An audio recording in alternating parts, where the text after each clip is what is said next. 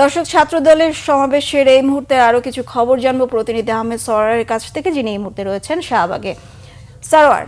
সারোয়ার, সমাবেশে কেন্দ্রীয় নেতারা কখন আসবেন সে ব্যাপারে আপনি কি জানতে পেরেছেন? কিছুটা বৈরী আবহাওয়ার কারণে, বৃষ্টির কারণে এখন পর্যন্ত আনুষ্ঠানিকতা শুরু হয়নি। এরই মধ্যে অল্প কয়েকজন কেন্দ্রীয় নেতা এসেছেন।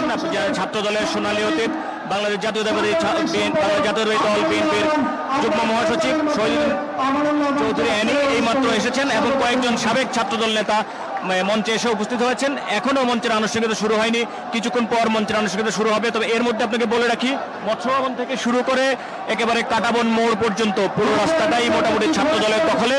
আপনি জানেন যে এই সমাবেশ করার কথা ছিল শহীদ মিনারে, সেখানে পরিবর্তিত পরিস্থিতিতে এবং এনসিপির অনুরোধে ছাত্রদল এই সমাবেশ এখানে শিফট করেছে।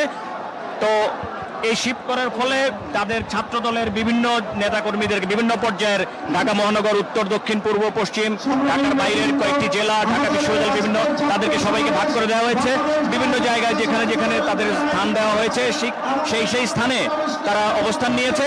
এর মধ্যে তবে আপনাকে বলে রাখি, আপনি জানেন যে এই শাহবাগে দুইটি হাসপাতাল, একটি পিজি হাসপাতাল এবং বারডেম, দুইটি হাসপাতালই খুবই গুরুত্বপূর্ণ এবং জনবহুল। এখানে প্রচুর রোগীর আনাজানা আছে।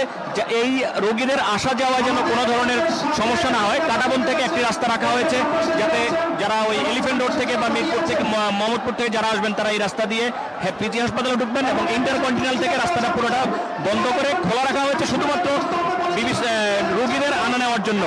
এছাড়া যারা ঢাকা বিশ্ববিদ্যালয় ওই দিক থেকে আসবেন তারা টিএসসি থেকে এদিকে চলে আসবেন। এইখানে একটি জায়গা রাস্তা রাখা হয়েছে আসার জন্য। কিছুক্ষণের মধ্যে আমরা যতদূর বুঝতে পারছি, যাত্রীদের যে তৎপরতা, তাতে বোঝা যাচ্ছে যে কিছুক্ষণের মধ্যে হয়তো আনুষ্ঠানিকতা শুরু হবে এই ছাত্র সমাবেশের।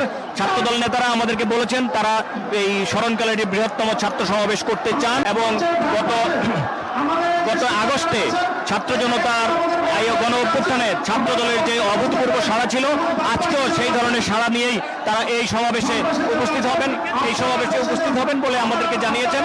এবং ছাত্রদল কেন্দ্রীয় নেতৃবৃন্দ আশা করছেন, তারা যেই জমায়েতের আশা করেছেন তার চেয়ে বেশি ছাত্রদল নেতাকর্মীরা বিভিন্ন জেলা থেকে এবং বিভিন্ন প্রতিষ্ঠান থেকে এসে তাদের সেই আশাকে তারা ফুলফিল করবেন।